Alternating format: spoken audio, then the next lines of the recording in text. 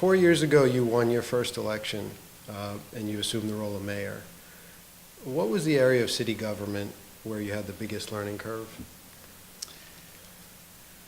It was the learning curve. Yeah. It, I believe, was easier for me because I had worked for so many years with all the department heads with whom I would be working from that point on. So I think, I knew, based on my experience, what I observed needed to be done, such as bringing department heads together rather than having everybody operate separately, which was a huge criticism.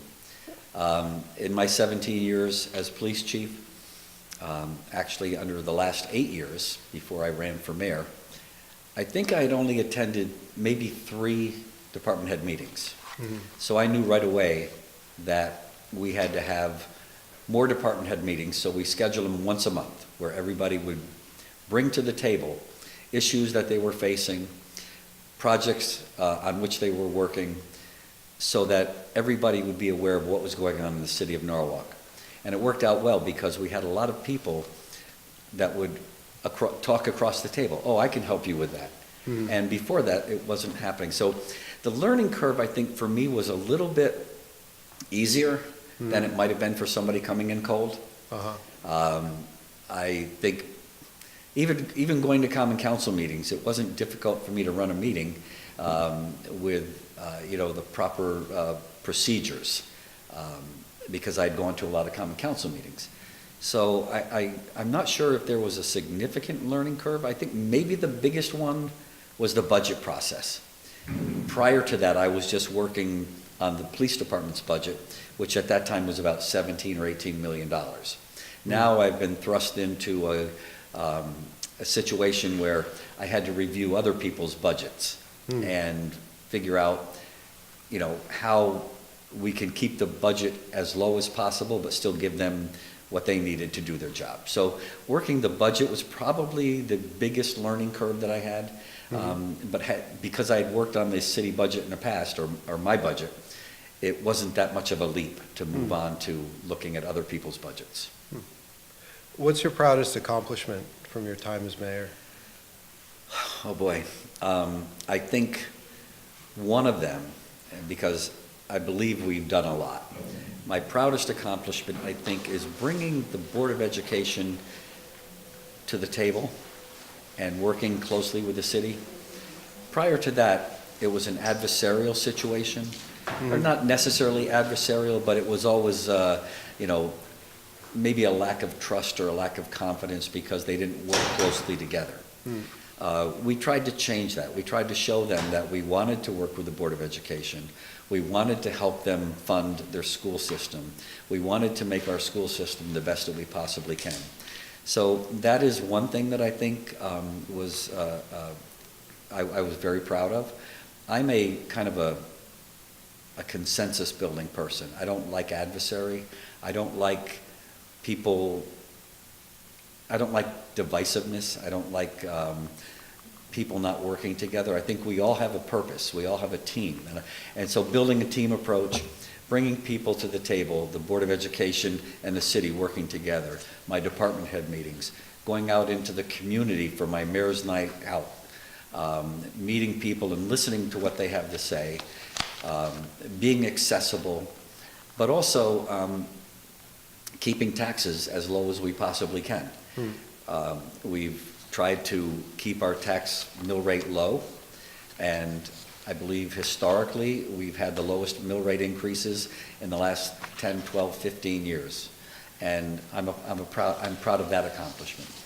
But I think just being a mayor that wants people, roll up the sleeve, bring people to the table, sit down and get things done. Is there a question you've heard on the campaign trail that has led you to reconsider your view on an issue facing the city?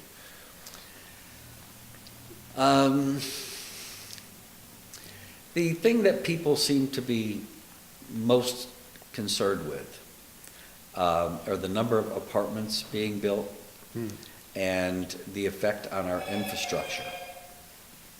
I don't think I've really changed my position. I think we I think we do everything we need to do when there's a proposal before the various boards and commissions. We make sure that we evaluate the impact on our infrastructure. We make sure we look at the numbers of, no, it's not scientific, but you have to do your best job in trying to figure out if there's an impact on our school system, if there's an impact on our wastewater treatment plant, if there's an impact on our police department and fire department, and what that's going to mean to the city, on our traffic. So I think it's just made me start to think that, you know, we're building up our inner core, I'm sorry, our urban core, which is good. We have a complete streets program that we're making sure that we adhere to, where we have walkability and bikeability and making the streets as safe with good landscaping and making it attractive, and making them attractive, and doing a traffic study to make sure that we understand the impact that the traffic is going to have. So it's just, I hear people about the concern, and it's created in me a mindset that, you know, just let's make sure that we do it right. Can you name the three biggest challenges that you see Norwalk facing in the next 2 years? Well, the biggest one, obviously, is obvious to everyone, is the walk bridge. Okay, and then the second one? The second one, I think, is going to be the Connecticut state budget. Uh-huh. And the third one is our population growth. I think we have to, and people are moving into Norwalk. That's a concern, I think, that we have to be aware of, and how we're going to handle that influx of people. I see. So those being the three biggest challenges, the walk bridge, the state budget, and the population influx, what is your strategy for addressing each of those if you're reelected? Thank you. As far as the walk bridge, we continue to meet with the Department of Transportation. We continue to meet with the stakeholders in the community, with the Maritime Aquarium. We just have to make sure that we have our arms around it to minimize the impact. I'm working with the governor's office, or I've reached out to the governor's office. I told them that we need to make sure that we don't lose our business community because of the walk bridge project, making sure that if they're starting to lose revenue, we need a program to help them sustain.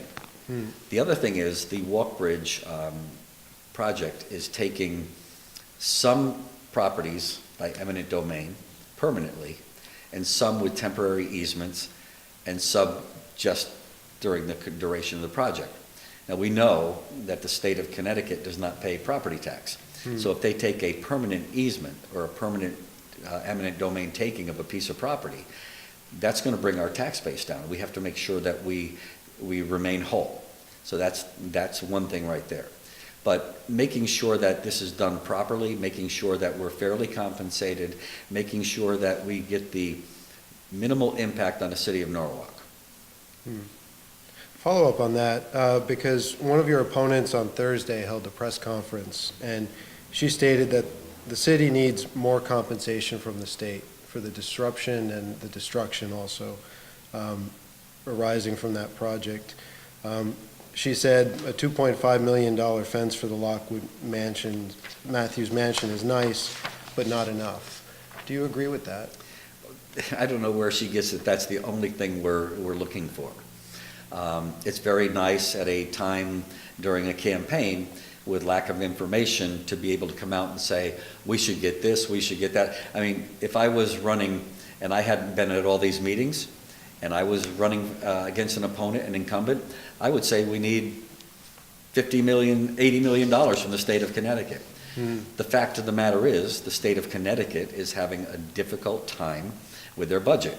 I think that as I responded to Nancy on Norwalk, I said that it shows, I believe, my opponent's lack of experience in trying to determine what we are able to negotiate with the state of Connecticut. We are negotiating hard. We are negotiating on behalf of the city, and we are working to get every possible thing we can, most specifically making sure that our business community is not disrupted and they're able to sustain during the process.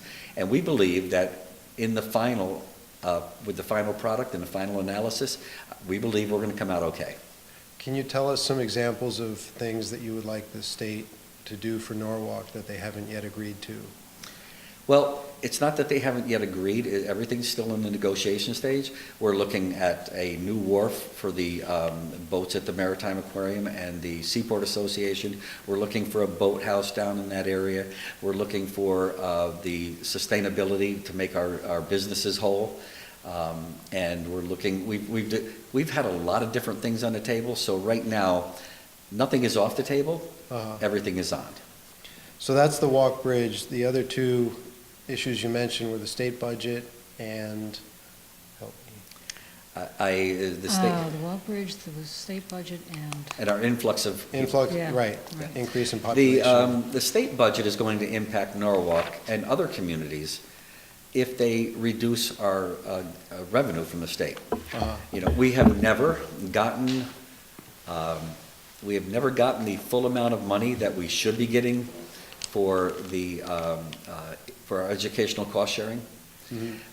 We have never gotten a lot because of pilot. I mentioned before, it's a good news, bad news scenario.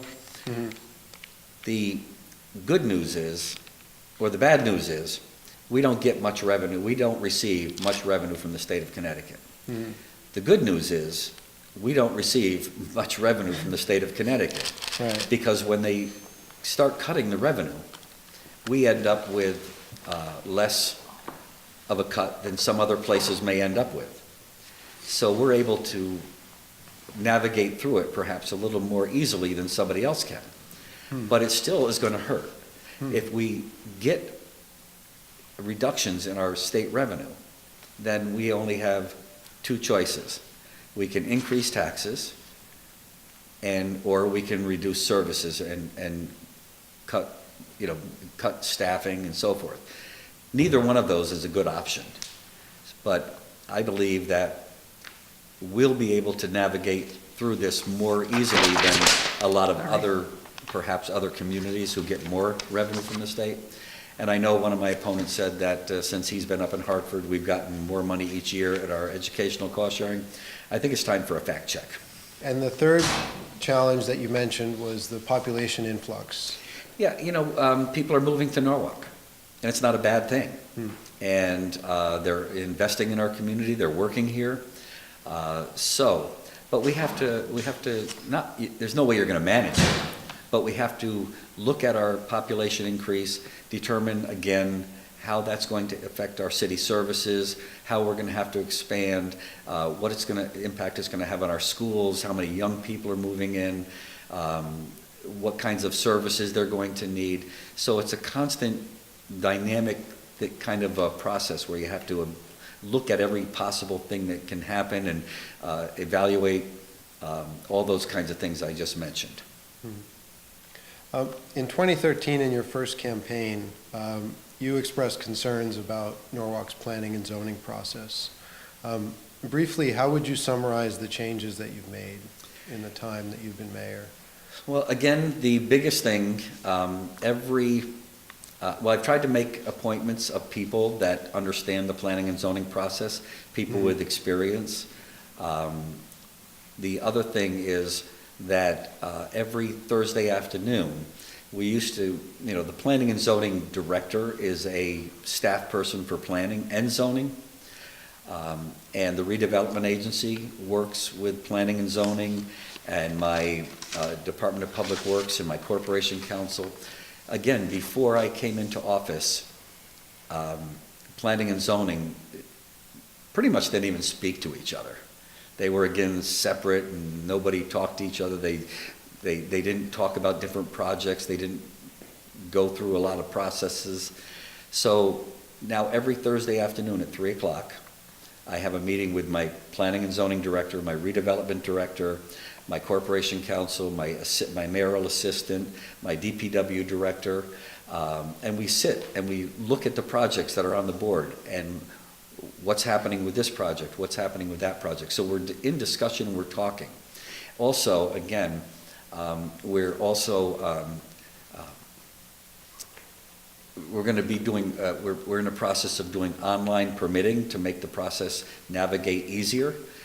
Somebody wanting to do a project or putting on a deck on their house or putting in a new staircase or doing some minor things to their property can now apply right online and not have to go through this significant process. We're doing the same thing with DPW permits and other kinds of things to make the permit process more seamless and easier to navigate for the average person. So we're trying to do a lot of those different things, and I've also hired a new planning and zoning director who has he's a certified city planner, and he's only been on board now for probably about maybe under a year, maybe about a year, and so he's in that learning curve. He used to work as the assistant director in Stanford, and then he was the director in New Canaan. He came here, we did go on a nationwide search. We focused more on people in the Northeast because the Northeast planning process is a little bit different. We have a lot of older infrastructures and rather than someplace out in the Midwest, but we received applications from all over the United States. So you've summarized the changes that you've made. What changes, if any, do you believe still need to be implemented? I think we need to take a look at our zoning regulations again. I know I did have a zoning task force that made some good recommendations on how we could make zoning more inclusive, how we can tighten up some of the things that were maybe a little bit loose. So I think we need to take another look at our zoning regulations and determine what other kinds of things we can do to protect the uniqueness of our neighborhoods, protect our community from overdevelopment, making sure that the planning, the plan of conservation and development that we're doing right now, making sure that we kind of tighten that up and see where we want Norwalk to go in the next 5, 10, 15, or 20 years. I think that's going to be a process that's really going to help us identify who we are and what we want to be. I put together a team of approximately 35 people, some elected officials, some appointed officials, some city staff, and other people.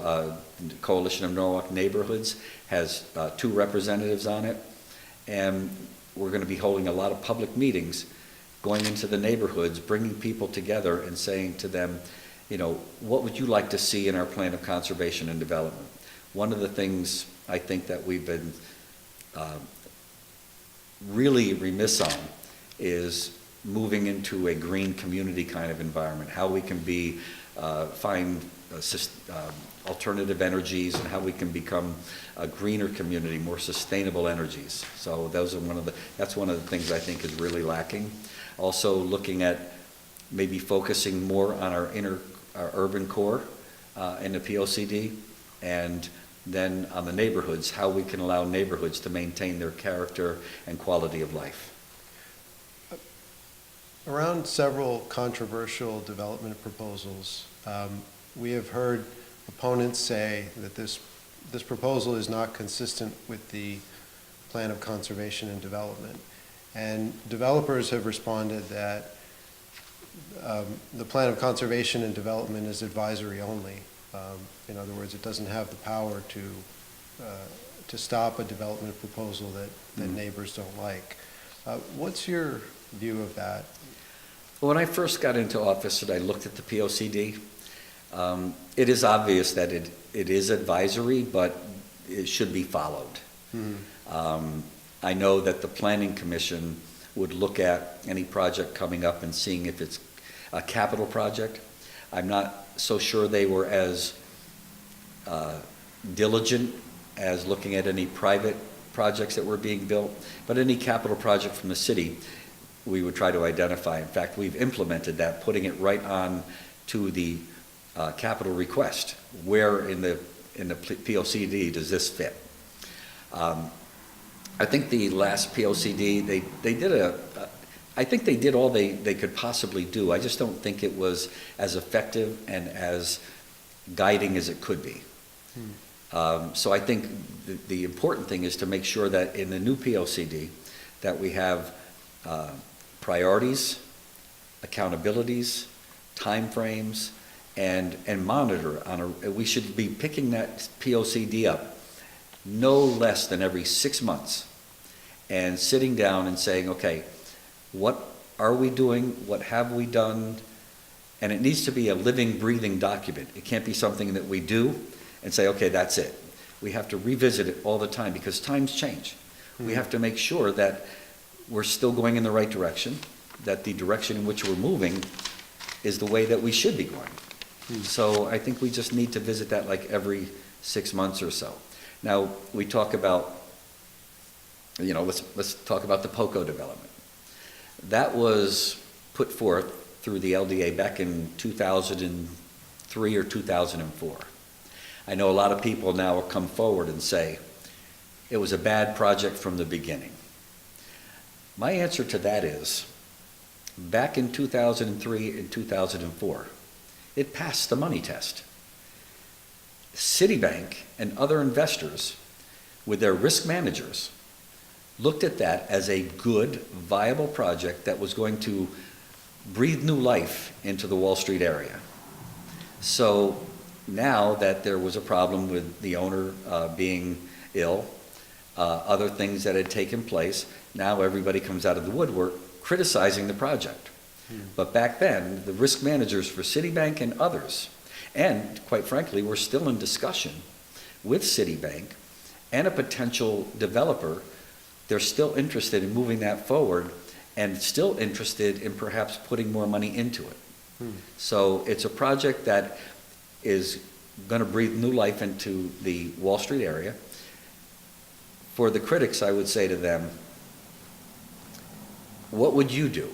Would you simply throw up your hands and walk away? Or would you roll up your sleeves and try to salvage this? My position is, we sit down, we do everything possible to salvage the project until we realize that it might not be, and then we can determine what has to be done. But to throw up your hands and walk away right now, I think would be irresponsible. I see. So back to that issue of the POCD and its advisory nature. Will visiting it every 6 months, will that change the advisory nature of the POCD? No, we have to change that at the beginning. Okay. We have to put in some, Tougher language. Yeah, tougher, yeah. So the 6 months visiting it will just make it, we're on track or we're not, and we have to get back on track. I see.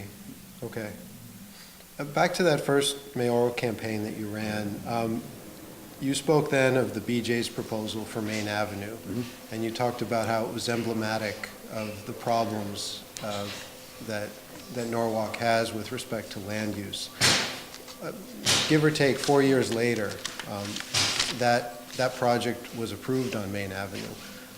Your opponent, one of your opponents, has alleged that means your administration has fallen short on reforms to the land use process. How would you respond to that? Well, the original, first of all, it's not even a guarantee that this is a BJ's. I mean, I've asked, the application does not specify any store whatsoever. Right. My economic development director is still working to try to find other interests for that property. It's a very challenging property. It's a Superfund property that needs a lot of remediation. The original property or proposal was for 110,000 square feet of retail space right on Main Avenue. Do I think that that is a good use for that piece of property? No, I don't. I think there's traffic problems and so forth. The bottom line is that right now the project that is being proposed has been approved by the zoning commission. I'm in a difficult situation because when I was on zoning, I was told that a mayor cannot speak out against an application that is already in place. Although when there was a request coming before the zoning commission and I was on it, I was approached by the mayor and asked to vote a certain way, which I thought was wrong. Zoning commissions are there to take the politics out of zoning issues, and that's why we have them. Right now, the project, I would say if there was any failure whatsoever, I know that our zoning task force looked at that possible property and thought about how things might change and what they could do to perhaps preclude that from happening. I'm not sure they did the job that might have been done. Okay. Back to that first race again. At the time you opposed construction of a mall in 95-7, what information was it that changed your mind, and from whom did you hear it? I heard it from a variety of sources, not one specific person.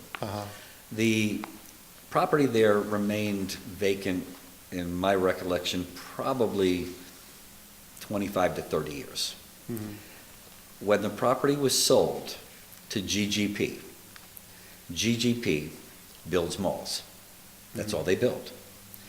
So we had two choices. We could work with them to try to change the LDA, or we could refuse to change the LDA. At which point, I believe the only thing that would happen would be that no one else would buy that property, because the original LDA of Class A office space and some retail and residential, it wasn't viable any longer, and no investor was going to try to pick that up and do that project. So we had two choices. We can work with GGP and change the LDA and try to get the best product that we can, or we could sit back and wait for that property to come around again, which might have been another 10 or 15 years. Moreover, I heard from a lot of the community that they thought that this was an opportunity to bring people into Norwalk. It's a Class A mall with two really very strong anchors, Nordstrom and Bloomingdale's, and it would bring jobs into town, not only during construction, but it would bring jobs into town, 2,500 retail jobs, some high level, some lower level jobs, but nevertheless it would bring jobs into our community. It would bring tax revenue into our community, which would also help to lower, to increase our grand list and hopefully lower the tax burden on our citizens. So considering all those things, I always say, when they say, well, so-and-so flip-flopped. What would you say about a person who had an opinion, got information that would suggest it was maybe a different approach, and refused to change that opinion? So it's not called flip-flopping, it's taking more information and coming up with a second thought and saying, well, wait a minute, okay, it looks like now this is the best way to proceed. Okay. These next several questions are going to offer you the opportunity to respond to some things that your critics have said. With that in mind, several years ago, Fire Tree sent a certified letter detailing their plans to you for a federal halfway house on Quintard Avenue. So some have said that by not taking immediate action immediately after receiving that the city missed an opportunity to stop the project before it began. Is that a fair criticism? No, not really. You don't send a letter to the mayor of a community and expect that if you don't hear back from the mayor, that it's okay to move forward. There's a process you follow. You have to go through a permitting process. The proper way to do this would be to come into the planning and zoning department, bring your plan saying, here's what we wish to do, and determine whether or not this is a conforming use, non-conforming use, an expansion of a use that might need a special permit. When I got that letter, I sent a copy to my corporation counsel, and I sent a copy to my planning and zoning. I get letters all the time. It's not up to the mayor to write back and say, oh no, we can't do this. It's my planning director. That's why I have a planning and zoning director.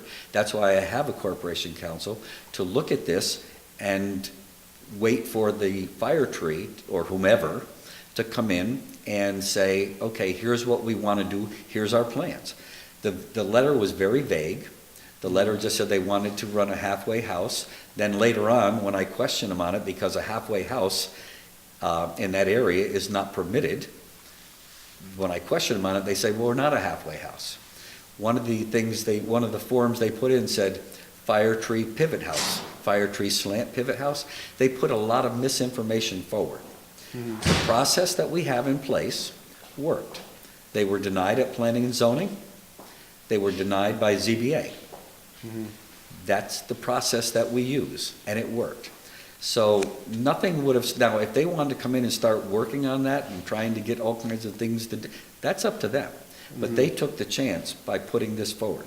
And it's difficult for me to say any more right now because there's a lawsuit. A lawsuit. And I'm probably going to be a witness. But we are going to defend this vigorously. I believe the zoning commission and the ZBA made the proper decision. So if in the future a certified letter arrives in your office talking about some other project, would you handle it a bit differently or Well, pretty much the same? Depending on the content of the letter. Uh-huh. You know, if I got a letter saying that they wanted to build a 20-story skyscraper, that would set off alarms. But when they say that they want to, at 17 Quintard, where there was a Pivot Ministries, and they made it sound like they weren't going to expand the usage of it, it was going to be pretty much the same. I see. I would handle it the same. I But see. it depends on the content of the letter. Understood. During this campaign, we've heard a lot about campaign donations that you've received from developers, including developers of the BJ's site. Your supporters say that these donations represent confidence in your leadership and support for the city's current direction. Your opponents say that the donations represent a conflict of interest and possibly an attempt to buy influence. What do you say to undecided voters who wonder whether these donations somehow create a potential conflict of interest? You know, I think it's really offensive that people would suggest that I would give preferential treatment to anybody. Mm-hmm. And I would challenge anybody to find any developer, anywhere, that I have given preferential treatment to. Mm-hmm. I treat our investors, our potential investors in our community with respect, but they have to follow a process just like anybody else. Mm-hmm. It's offensive to me that they would question my integrity and my ethics. I don't think you're going to find, and this may be self-serving, I don't think you're going to find anybody more ethical than I am. When the police chief and I'd go on a trip, if I wanted to bring my wife, I would pay for her airfare with my separate card. I would, if it was a $10 charge to have an extra person in the room, I would pay that out of my own personal pocket. Mm. I don't mess with the city's money. I do not give preferential treatment. I would also find maybe a question that you might want to ask some of the people who donated to my campaign. Mm. How many people, or how many of my opponents have reached out to them? Because that's the way fundraising is done. Mm-hmm. I've had some of my opponents go into the town clerk's office, take my filings, and write down the names of my donors. And I would venture to say it would be very interesting to find out how many of them reached out to some of those donors that they're now criticizing me for. Now, with the BJ's, I had people throw fundraisers for me, and people come to those fundraisers. I meet some of the people. I don't remember their names a lot of times. They just want to talk to me. They ask me questions. Nowhere, and again, I would challenge anybody to find any person that I have treated with given preferential treatment to. I find it offensive that they would even suggest that. The people of Norwalk know me. I was the police chief here for 17 years. I had an unscathed record. I have an unscathed record as mayor as far as any controversy, any conflict of interest. I stay away from conflicts of interest. In fact, we were sitting down at I told you I meet every Thursday afternoon at 3 o'clock. Mm-hmm. We were sitting at a meeting, and they started talking about a request that one of the developers was making, and it wasn't sure whether they could go either way. You can ask the people there. I said, I'm not comfortable being here. I got up and walked out of the room because I didn't want to be in on that decision. I didn't want to influence that decision. Mhm. That's not what I'm about. This issue has come up before, namely when your predecessor accepted donations from city carding. Would it be better if in future campaigns the candidates agree not to accept donations from developers or others with substantial business with the city? You know, that's for the public to decide, I think. This has been the way of doing business. Campaigns cost money. You know, and the maximum anybody can give is $1,000. So I think that's something that maybe, you know, campaign reform. How would we get the money to run an effective campaign? The people in the community need to know about the campaign issues. They need to, they need to have a way. Right now, the only way other than mailings and knocking on doors and you know, hiring a campaign staff and a campaign headquarters, the only way is to write an op-ed in the paper, but then the opponents don't get a chance to kind of refute that. Right. You know, pretty much you can say anything, and I will say that a lot of the things that are being said about my campaign are misinformation, and I always felt that we needed fact checking like they had in the presidential race. You and Lisa Brinton have different views with respect to hiring a professional city manager. She believes it's a good idea, and you don't. Why, in your opinion, is Norwalk better off with Harry Rilling as the city's manager, as compared to hiring a professional city manager as she would like to do? Well, I've been a manager for a long time, managing a police department of 182 officers. I was an assistant manager as deputy chief, so for 25 years I've been in a management position. I know the city of Norwalk, and I'm accountable to the public. A city manager would be accountable to the common council, not an elected person. City managers traditionally go into a place and build their resume, and then they move on. You bring in a city manager that doesn't have knowledge of our community, they're learning on our dollar. And again, they're accountable to the council, not to the public.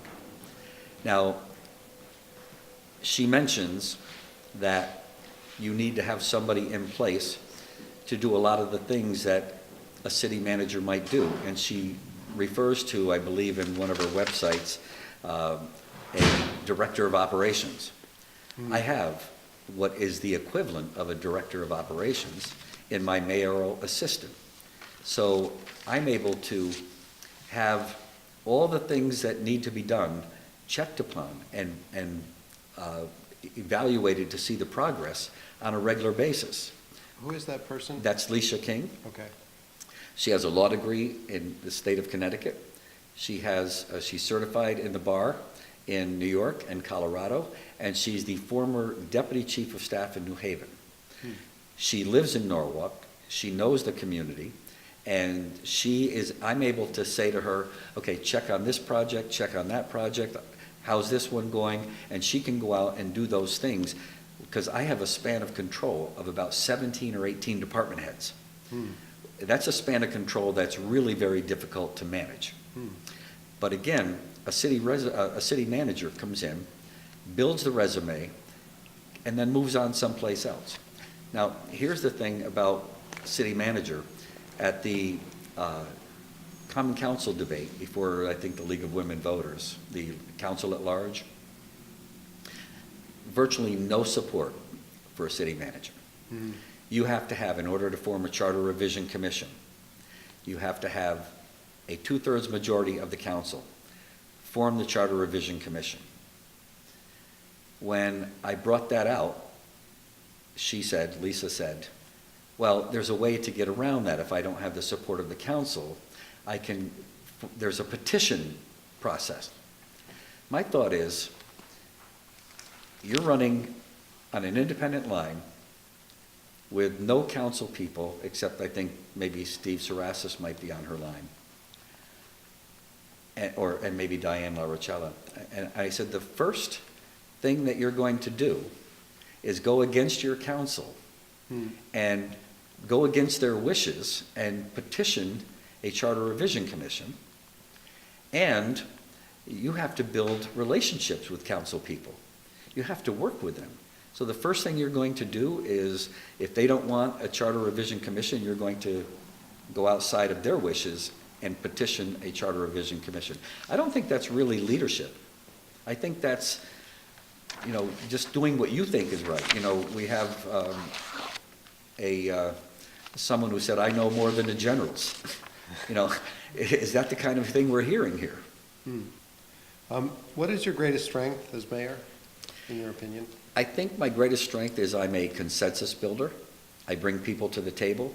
I work long hours, and I think that, I have the ability to listen to everybody's proposal, everybody's thoughts, and develop a consensus so we can come out with the best product. I think I'm like a conciliator. I think where I like to get people at the table. I know that no one can do everything, but everybody can do something. And you have to rely on the talent of your people, the experts. If I say I know more than the generals, I'd be a fool. I don't know more than a lot of the people that work for me. That's their area. My job is to bring them all together and make it all work. And I think that's where my strength is. What would you say is the greatest strength of each of your opponents? I don't know them that well. I really don't know them that well to identify their strengths. I think they're all good people. I think they all want to serve the city of Norwalk. I just don't know them all that well to know their strengths. For that matter, I don't know them all that well to know any weaknesses. So. Right. So before we finish, is there anything else you'd like the voters to hear before Election Day? Yeah, 4 years ago, I was honored and privileged to have been elected. I love Norwalk. I was proud to serve on the police department for many years, 17 years as chief. I know the community. I respect the community. 4 years ago, as I mentioned, I was honored and privileged to be elected. 2 years after that, I was honored to be reelected. I think we have a lot of good things happening in Norwalk. I think we've navigated some very difficult waters. We've overcome some difficult challenges. We are poised with all the things that are going on in Norwalk to carry it to the next level. We need that continuity, that stability that the people are happy about, and we need Norwalk to keep moving forward in the right direction, and I believe firmly that me and my team are the people to do it.